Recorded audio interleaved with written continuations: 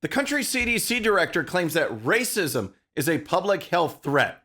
A Border Patrol official says the cartels now control the southern border. Plus, Joe Biden's big push for electric cars will have a huge benefit for China. All that and more. I'm Bobby Eberle. This is a 13-minute news hour. And God bless the United States of America.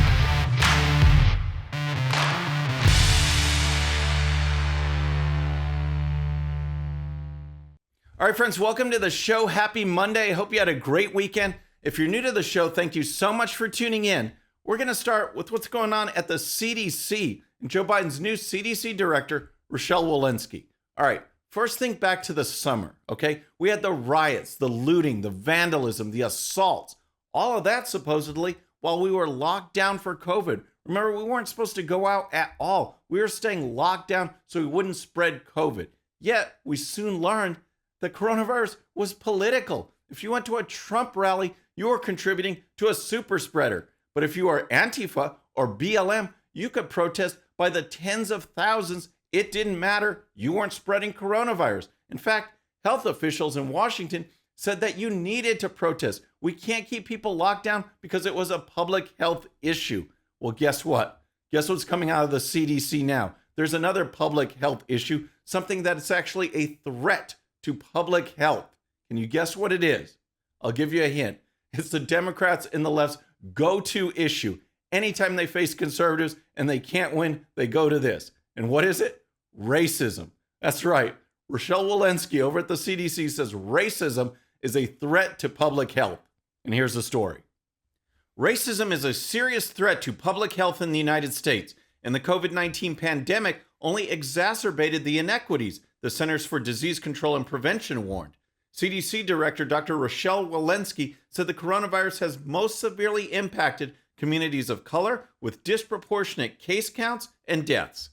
Yet, the disparities seen over the past year were not the result of COVID-19, Walensky said in a statement. Instead, the pandemic illuminated inequities that have existed for generations and revealed for all America a known but often unaddressed epidemic impacting public health: racism. Yes, racism is apparently the key. And we know the left uses racism for everything. But here's what's interesting, okay? Walensky over at the CDC, they put a new website together called Racism in Health. Take a look at what it says. Racism is a system consisting of structures, policies, practices, and norms that assigns value and determines opportunity based on the way people look or the color of their skin. This results in conditions that unfairly advantage some and disadvantage others throughout society. Racism, both interpersonal and structural, negatively affects the mental and physical health of millions of people, preventing them from attaining their highest level of health and consistently affecting the health of our nation. Racism also deprives our nation and the scientific and medical community of the full breadth of talent, expertise, and perspectives needed to best address racial and ethnic health disparities. Pretty interesting stuff. And why? Because the left has no problem calling out racism while actually engaging in racism, calling out discrimination while engaging in discrimination. Look at what's going on at the Ivy League schools. They are openly discriminating against Asians. There's an elite public school in San Francisco where you had to be smart to get in. They're doing away with the merit-based system because they don't like the racial makeup that ended up happening when it was based on merit. We see this happening over and over again. They discriminate to advance their social agenda, their narrative, while calling out discrimination. And it's not just limited to racism as a public health threat. Over at the Transportation Department, Pete Buttigieg says highways are racist. And here's the story. Transportation Secretary Pete Buttigieg suggested in a recent interview that racism is built into the country's highway system. There is racism physically built into some of our highways, and that's why the jobs plan has specifically committed to reconnect some of the communities that were divided by these dollars, Buttigieg said in an interview discussing President Joe Biden's proposed $2 trillion infrastructure plan. So, we have a public health system that's racist and a highway system that's racist. Who knew? I didn't know, but thankfully, we've got the Democrats over there to continually point it out over and over again. That's what's going on with the Democrats. Next, let's look at what's going on at the southern border. But first, if you're new to the show or haven't subscribed yet, please subscribe. And when you do, please hit that bell so you'll be notified. We're making our push for 150,000 subscribers, and we can do it with your help. All right, look at what's going on at the southern border because it is getting worse and worse. Recently, Brandon Judge, who is the president of the National Border Patrol Council, he was on Fox News. He was talking about the situation, pointing out that their role is law enforcement, not to participate or carry out this humanitarian crisis, this surge that is going on. They have lost control. He says, we don't have control of our own border anymore. First, here's his comments on Biden and Kamala Harris not making a visit yet. Here you go. And I can tell you that when you see this issue firsthand, you're more willing to make changes. Vice President Pence came to the border, went into the processing facility, saw how it was going, and there were immediate changes that happened right after that visit. So we do need to have the people that are making these decisions come down to the border, see exactly what is going on. That's a great point. By not going to the border, Biden and Harris can just say they're working on the problem. Or they don't have to say anything at all. They're hardly being pushed on it. But as soon as they do go, there will be more questions. People will be asking questions and demanding answers, demanding action. Think back to Katrina with former President George W. Bush. He didn't go to New Orleans for a couple days and they hammered him. This was a failure, they said. He was being racist, is what they said as well. But it was in the news. They were hammering Bush all the time. Now we have Biden and Harris who haven't even been to the border. They're not talking about it. They're not doing anything. And yet the media just ignore it. Here's more from Judd.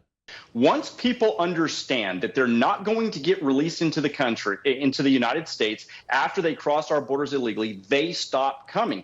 But if they know that all they have to do is make an illegal entry and then they're just going to get released to Des Moines, Iowa, Chicago, Illinois, Miami, Florida, if they know that they're going to be released, they're going to continue to come. They continue to come because there's no repercussions. It's open season of open borders. Come on, come all. That's the message that's getting out. Then Judd added what he thinks is going on and who he thinks is controlling now the southern border. You know, I was asked last night, who's controlling the border? Is it President Biden? Is it Kamala Harris? You know, who is it? And my answer was, it's the cartels. The cartels control the borders now. It's not even the Border Patrol. Yeah. It's not even the U.S. government. This is unreal. And that's the situation, folks. Joe Biden, Kamala Harris are AWOL, and the situation is getting worse.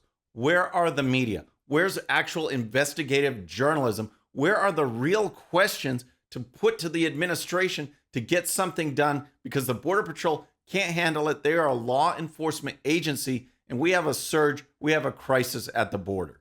So next, let's talk about Joe Biden and China, because that relationship is not how it was with President Trump. There's no trade deals. There's no strong arm tactics. There's no bringing China to the table and forcing them to negotiate. They don't fear Biden. They don't respect him either. And now with this Green New Deal push, it's only going to move more in China's favor. That's right. Joe Biden is pushing electric vehicles. He wants electric vehicles everywhere. Well, guess what? By doing that, we hurt America. Not only is he going after the fossil fuel industry, but he is hurting America's energy independence by pushing these electric vehicles, and it is going to benefit one country in particular, and that's China.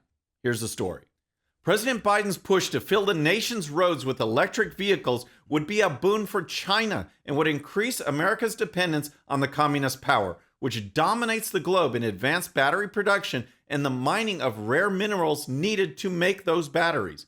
The White House is working with congressional Democrats to ensure its infrastructure package includes at least $147 billion for Made in America electric vehicles.